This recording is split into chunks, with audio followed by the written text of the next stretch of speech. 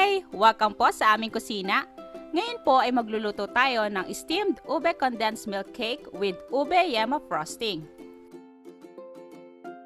Tamang-tama po ito sa mga gustong mag-bake pero walang oven dahil hindi po tayo gagamit ng oven sa recipe na ito. So, umpisahan na po natin ang pagluluto. Una, pagsasamahin natin yung ating unsalted butter at yung itlog sa ating bowl. Bale, 4 large eggs po yung ginamit ko sa recipe na ito. Pasagin lang muna natin yung egg yolks para mas mabilis nating ma-mix yung ating mixture. After natin ma-mix, ilalagay na natin yung ating ube condensed milk. Nabibili po ito sa mga supermarket. Ito po ay nabili ko sa Pure Gold. Kung wala po kayo ng ube condensed milk, pwede po kayong gumamit ng no flavor na condensed milk and mag-add na lang po kayo ng ube flavoring. Maglalagay din tayo ng vanilla essence para mawala yung eggy taste ng ating cake. And then saka natin imimix hanggang sa maging well combined.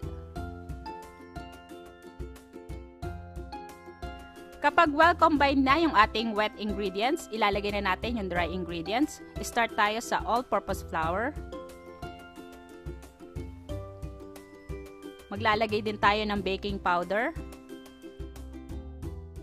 At kaunting asin.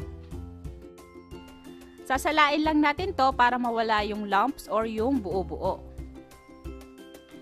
Mix lang natin to hanggang sa maging well combined at smooth yung ating cake mixture.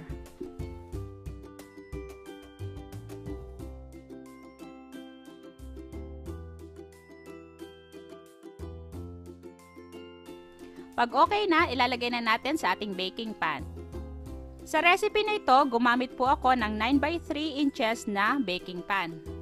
Maglalagay din tayo ng baking paper dun sa ilalim para hindi dumikit yung cake after natin na ma-steam. Kung wala po kayo nito, pwede nyo pong pahiran ng butter or oil yung ilalim. Saka natin ibubuhos yung ating cake mixture.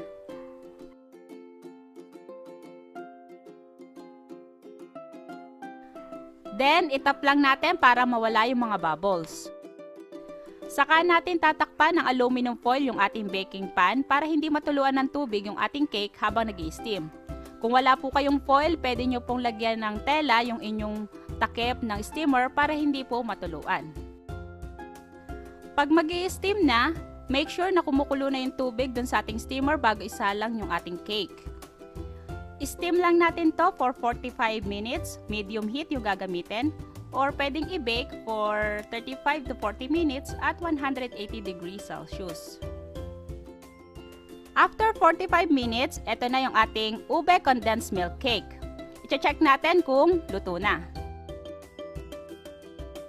Tutusukin lang natin ang toothpick and then pagka malinis na, ibig sabihin ay luto na siya. So, pwede na natin tong hanguin. Palalamigin lang natin na konti bago natin alisin sa ating baking pan.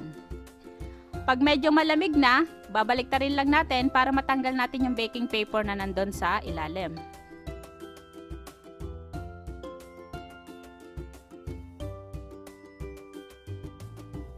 At eto na yung ating steamed ube condensed milk cake. Gagawa naman tayo ng ube frosting. Sa paggawa naman ng ube yema frosting, kakailanganin natin ng egg yolks. Again, basagin lang natin yung egg yolks para mas mabilis mahalo. Saka natin ilalagay yung ating ube condensed milk. Kung wala po kayong makitang ganito, pwede kayong gumamit ng normal na condensed milk and mag-add na lang po kayo ng ube flavor. Maglalagay din tayo ng evaporated milk at cornstarch. Yung cornstarch yung magbibigay ng malapot na consistency para dun sa ating frosting. Pwede kayong gumamit ng fresh or whole milk as alternative dun sa ating evaporated milk and all-purpose flour as alternative dun sa ating cornstarch. Tutunawin lang natin mabuti yung ating cornstarch and make sure na walang buo-buo. Add lang natin dun sa ating mixture and mix lang natin hanggang sa maging well combined yung mga ingredients.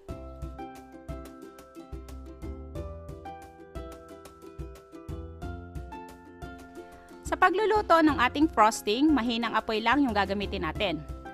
Hahaluin din natin to ng tuloy-tuloy para hindi dumikit dun sa ilalim at hindi masunog. Lulutuin lang natin to hanggang sa makuha natin yung tamang consistency para dun sa ating frosting.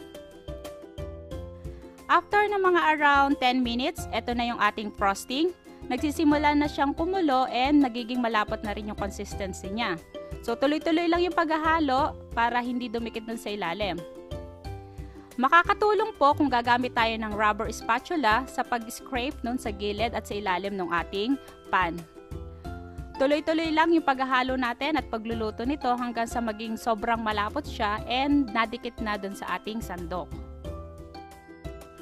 Kapag medyo malapit na maluto, maglalagay tayo ng vanilla extract at saka ng asin to balance the sweetness. Haluin lang natin mabuti para mag-blend yung ating vanilla extract at asin dun sa ating mixture. So after ng mga ilang minuto pa, ito na yung ating frosting. As you can see, mas lumapot na siya and ito yung consistency na hinahanap natin para dun sa ating ube yema frosting. Kapag sobrang madikit na siya dun sa ating sandok or spatula, ibig sabihin ay luto na siya. So pwede na itong hanguin. Palalamigin lang natin to para medyo lumapot pa siya and then saka natin ilalagay dun sa ating ube cake. At eto po, ready na yung ating cake at yung ating frosting. Nasa inyo po kung paano nyo ipo-frost yung inyong cake. So, ganito po yung ginawa ko.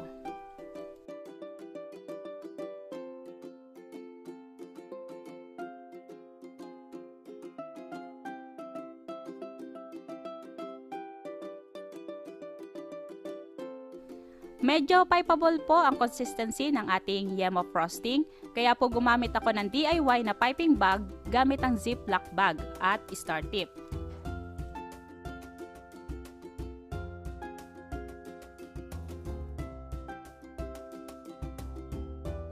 At para makumpleto yung yema taste ng ating ube condensed milk cake, naglagay po ako ng grated cheese pero optional lang po ito, pwede kayong hindi maglagay.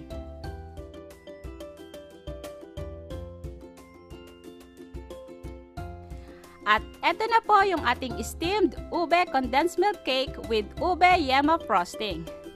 Nga ba ng title?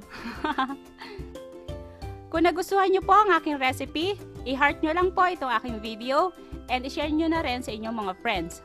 Huwag nyo pong kakalimutan na mag-subscribe sa aming channel and pindutin nyo rin po yung bell button para makita nyo agad yung mga bagong recipe na ipopost namin. Salamat po sa pagnanood. Happy cooking! Enjoy!